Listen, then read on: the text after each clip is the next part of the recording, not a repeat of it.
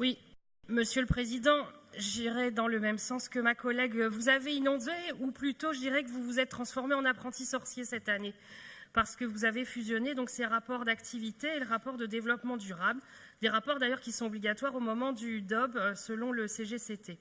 Vous allez me répondre que vous n'êtes pas la première collectivité à le faire, certes, mais en fusionnant ces deux rapports, vous vous abstenez de mesurer nos indicateurs de performance pour le développement durable et on constate que l'on perd en lisibilité de l'action de la collectivité en faveur du développement durable. D'ailleurs, conformément aux articles du CGCT et du Code de l'environnement, le rapport normalement devrait prendre en compte 5 finalités: lutte contre le changement climatique, préservation de la biodiversité des milieux et des ressources, épanouissement de tous les êtres humains, cohésion sociale et solidarité entre territoires et générations, dynamique de développement suivant les modes de production et de consommation responsables.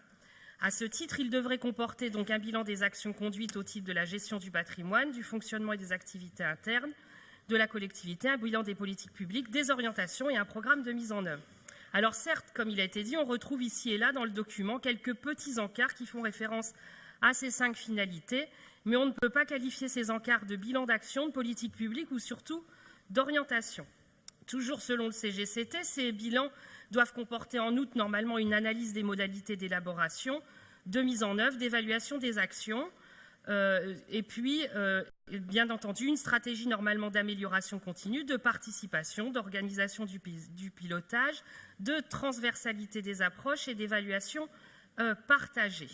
On dit même, dans le CGCT, normalement, qu'il doit y avoir ce qu'on appelle un cadre de référence qui constitue une incitation forte pour les collectivités à s'engager dans des démarches de développement durable par la voie des projets territoriaux de développement durable et d'agenda 21.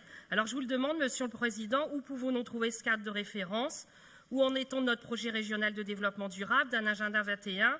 Est-ce qu'on pourrait prendre le pari, Monsieur le Président, de mesurer un indice de performance environnementale, un indice de durabilité environnementale, une empreinte écologique de nos politiques publiques, voire même d'instaurer une comptabilité environnementale intégrée? Merci, Monsieur le Président. Merci, Monsieur Joly.